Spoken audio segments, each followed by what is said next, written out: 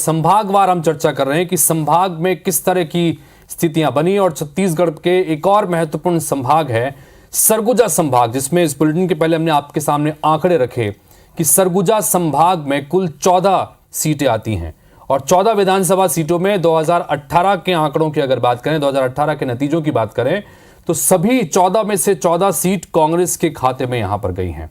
कई VIP seat यहां पर हैं, जिसमें अंबिकापुर सीट भी शामिल है, इसमें सीतापुर सीट भी शामिल है, रामानुजगंज से लेकर कुनकुरी और तमाम अलग अलग सीटें जहां पर वीआईपी इस बार मैदान में हैं और उनकी किस्मत का फैसला वहां की जनता अब कल करने जा रही है। कुल मिलाकर 163 उम्मीदवार इस बार इन 14 सीट पर मैदान में हैं और अभिषेक सोनी हमारे सहयोगी इस वक्त अंबिकापुर से जुड़ रहे हैं, सीधे उनके पास चलते हैं। अभिषेक, 14 सीट पर 163 प्रत्याशी, 14 की 14 सीट पिछले चुनाव में कांग्रेस के खाते में गई थी।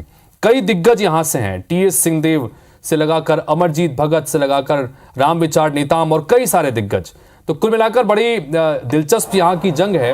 कांग्रेस वापस अपना प्रदर्शन दोहराने की जुगत में है, कोशिश में है, तो बीजेपी की कोशिश है कि पिछली बार का जो शून्य था उसे हटाकर कम से कम सीटों को यहां पर बढ़ाया जाए। तो अब चुनाव प्रचार हुआ, तमाम दिग्गज यहां पर पहुंचे, सब कुछ होने के बाद अब वोटिंग की तरफ आगे बढ़ रहे हैं। तो आपसे जानना चाहेंगे कि सरगुजा की पूरी सियासी तस्वीर जनता के सामने रखिए।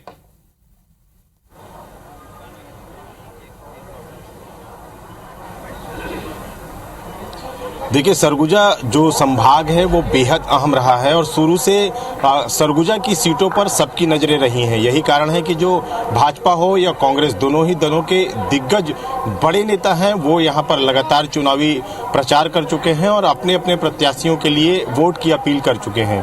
अगर सरगुजा संभाग की सीटों पर नजर डालें तो यहाँ से रेणुका सिंह, जो कि सांसद हैं सरगुजा की, उन्हें भाजपा ने भरतपुर विधानसभा से मैदान में उतारा है। इसके अलावा भाजपा की जो सांसद हैं वो गोमती साय, वो भी चुनावी मैदान में है। इसके अलावा जो विष्णुदेव साय हैं, एक बड़ा चेहरा भाजपा का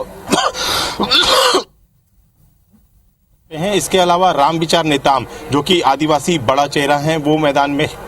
तो ऐसे में जो भाजपा के जो तमाम एक बार एक गिलास पानी पी लीजिए, दोबारा आपके पास में आते हैं। लेकिन कुल मिलाकर जैसा कि अभिषेक जानकारी दे रहे थे, हम स्क्रीन पर भी दिखा रहे हैं, ये बिग पिक्चर इसलिए महत्वपूर्ण है क्योंकि जिन जिन अभी चेहरों का जिक्र कर रहे थे हमारे सहयोगी अभिषेक, तो यहां पर देखना दिलचस्प है कि कई सारी सीटें ऐसी हैं जो वीआईपी सीट है, यहां पर दिग्गज मैदान में हैं।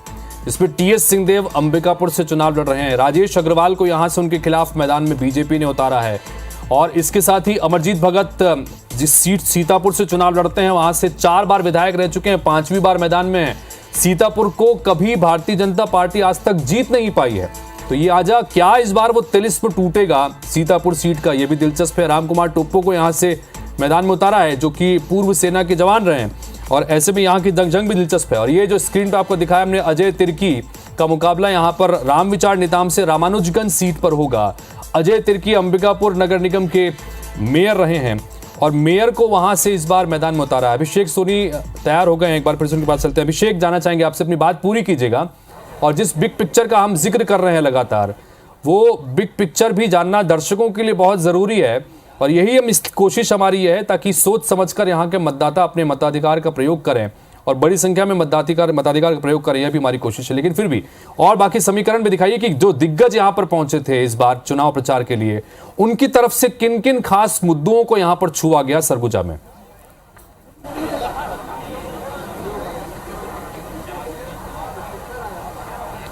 देखिए, जो भाजपा की बात करें तो उनके जो टारगेट में थे, उनके लक्ष्य में थे, सीधे तौर पे जो सरकार की योजनाएं थी और सीएम भूपेश बघेल पर सीधे उन्होंने हमला किया। और साथ से सरगुजा संभाग में एक बात कही जाती थी, जब 2018 का जो चुनाव हो रहा था तो एक बात ये कही गई थी कि इस क्षेत्र के जो टीएस सिंहदेव बड़े नेता हैं वो मुख्यमंत्री हो सकते हैं।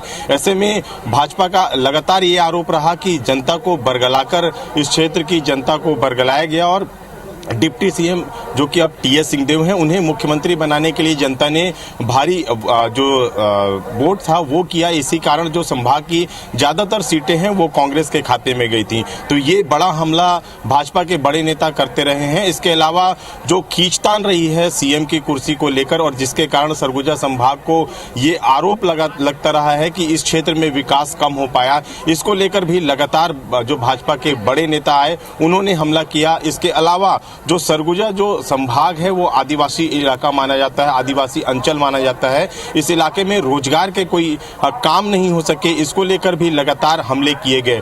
तो कहा जा सकता है कि सीधे तौर पे जो इस क्षेत्र के बड़े नेता हैं टीएस सिंहदेव, उनको के साथ साथ सीएम के फेस को लेकर भी लगातार हमले किए गए। और भाजपा की तरफ से एक बात कही गई कि जो 15 साल में जो रमन सिंह का शासनकाल था छत्तीसगढ़ में, उसमें जो विकास हो पाया वही विकास है और विकास के काम एक तरह से सरगुजा में ठप हो गए। ये आरोप भाजपा की तरफ से लगाते रह गएगा।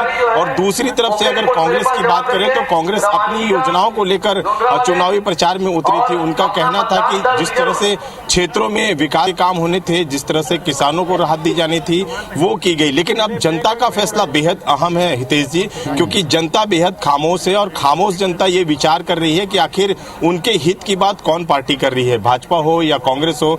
दोनों ही दलों ने अपने अपने मैनिफेस्टो सामने रख दिए हैं, अपने अपने जो घोषणाएं हैं वो सामने रख दी हैं। लेकिन जनता किस पर विश्वास करती है और किसे अपना अभिमत देती है ये देखने वाली बात होगी।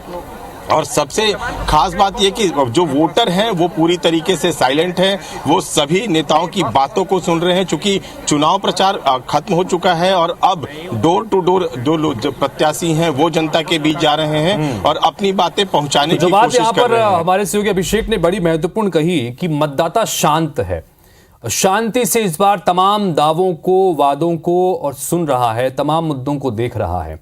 ये एक नई चीज इस बार देखने को मिल रही है कि सोच समझकर अब तक क्या कुछ फैसला लेने वाला है, ये मतदाता के मन के भीतर ही है।